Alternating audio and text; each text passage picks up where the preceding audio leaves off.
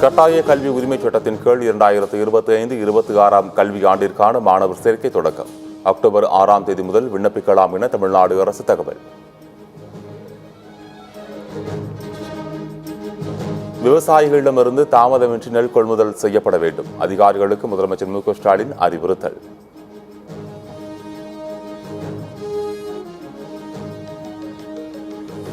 அதிமுக பொதுச் செயலாளர் எடப்பாடி பழனிசாமி 5வது கட்ட பிரச்சார பயணம். இன்று தருமபுரி, பாப்பிரெட்டிப்பட்டி, கரூரில் வாக்கு சேகரிக்கிறார்.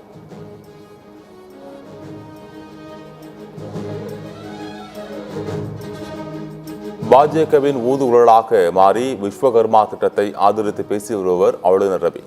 மதிமுக பொதுச் செயலாளர் வைகோ கண்டனம்.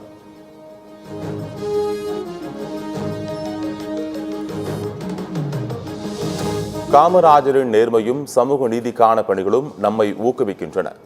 கர்ம வீரர் காமராஜரின் நினைவு தினத்தை ஒட்டி ராகுல் காந்தி புகழாரம்.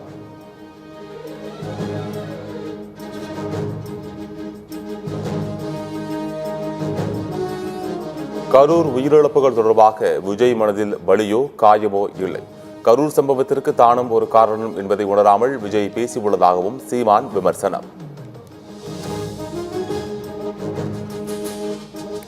அவர் தம்பியோட அந்த காணொலியை பார்க்கும்போது அதில் அவர் பேசுனதில் அவருக்கு இதயத்துக்குள்ள காயமோ வலியோ இல்லை. இருந்தால் அந்த மொழியில் அது வெளிப்பட்டிருக்கும். அது இல்லை. அதை கேட்கும்போது கஷ்டமாக இருக்குது. தம்பி விஜய் அந்த இடத்துக்கு பரப்புரைக்கு போனதுனால தான் இது நிகழுது. நான் போகலைன்னா அது நிகழாதுல்ல. நான் போனதுனால தான் நிகழுது. அப்போ காரணம் யார்? மற்ற இடத்துலலாம் நடக்கலை, இங்கேயே நடந்துச்சுன்னு சொல்கிறது இல்லை. அப்போ அந்த இடத்துல நடக்கணும்னு நினைக்கிறீங்களா?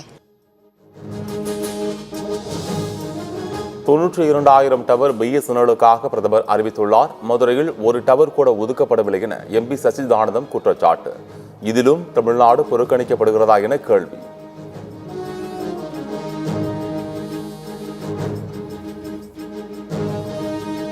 திருவண்ணாமலையில் ஆந்திர இளம்பெண் பாலியல் வன்கொடுமை செய்யப்பட்ட விவகாரத்தில் 2 காவலர்கள் பணி நீக்கம். மாவட்ட காவல் கண்காணிப்பாளர் எம் சுதாகர் உத்தரவு.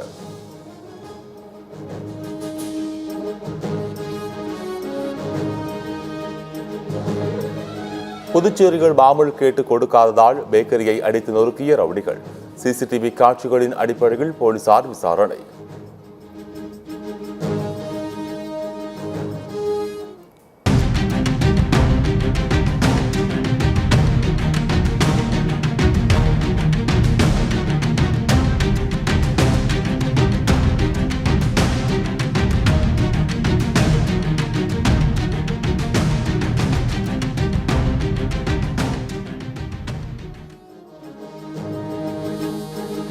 சென்னையிலிருந்து குடும்பத்துடன் விடுமுறைக்காக ஊருக்கு சென்ற கார் தாம்பரம் அருகே விபத்துக்குள்ளாகி 2 பேர் உயிரிழப்பு.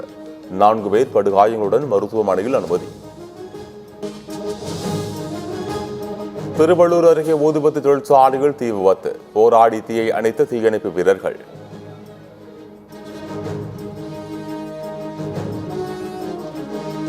ஜனநாயகம் மீது அனைத்து திசைகளில் இருந்தும் தாக்குதல் நடத்தப்படுவதே இந்தியாவிற்கு ஏற்பட்டுள்ள மிகப்பெரிய சவால். கொலம்பியா பல்கலைக்கழகத்தில் ராகுல் காந்தி பேச்சு.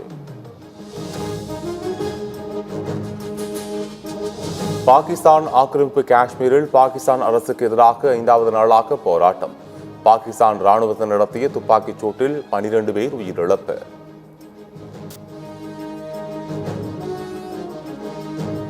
கரூர் விவகாரம் தொடர்பாக தாவேக தலைவர் விஜய் மீது வழக்கு பதிவு செய்யாதது ஏன்? திமுக தாவேக இடையே ரகசிய டீலிங் உள்ளதா என சந்தேகம் எழுவதாக தொல் திருமாவளவன் பாய்ச்சல். வீட்டில் உட்கார வச்சு பாதுகாப்பு கொடுக்குறாங்க. விஜய் என்ன வேணாலும் பேச அனுமதிக்கிறாங்க. சிஎம் சார் என்கிட்ட மோதுங்கலாம் சவால் விடுறாரு. ஏன் காவல்துறை அமைதியாக இருக்கு? அப்போ தமிழ்நாடு அரசுக்கும் விஜய்க்கும் ஏதாவது அண்டர் கிரவுண்ட் டீலிங் இருக்கான்னு ஒரு கேள்வி எழுது. அருணா ஜெகதீசன் ஆணையம் சொன்னால் விஜய் கைது செய்யப்படுவார். திருமாவளவன் விமர்சனத்திற்கு TKS இளங்கோவன் பதில். சரளத்தை வைத்து பாஜக அரசியல் செய்வதாக தமிழக காங்கிரஸ் கமிட்டி தலைவர் செல்வ பெருந்தகை சாடல். மணிப்பூர் கும்பமேளா துயரம் குறித்து ஆய்வுக்குழு அனுப்பாதது ஏன் எனவும் கேள்வி. குஜராத் எல்லையோர பகுதிகளில் பாகிஸ்தான் ராணுவம் தனது உள்கட்டமைப்பை அதிகரித்து வருவதாக அமைச்சர் ராஜ்நாத் சிங் பரபரப்பு தகவல். பாகிஸ்தான் அச்சுறுத்தலில் ஈடுபட முயன்றால் இந்தியா தீர்க்கமான பதிலடி கொடுக்கும் என எச்சரிக்கை.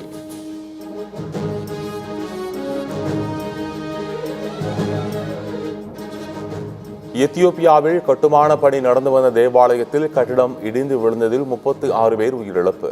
காயமடைந்து மருத்துவமனையில் அனுமதிக்கப்பட்ட சிலரின் நிலைமை கவலைக்கிடமாக உள்ளதாக தகவல்.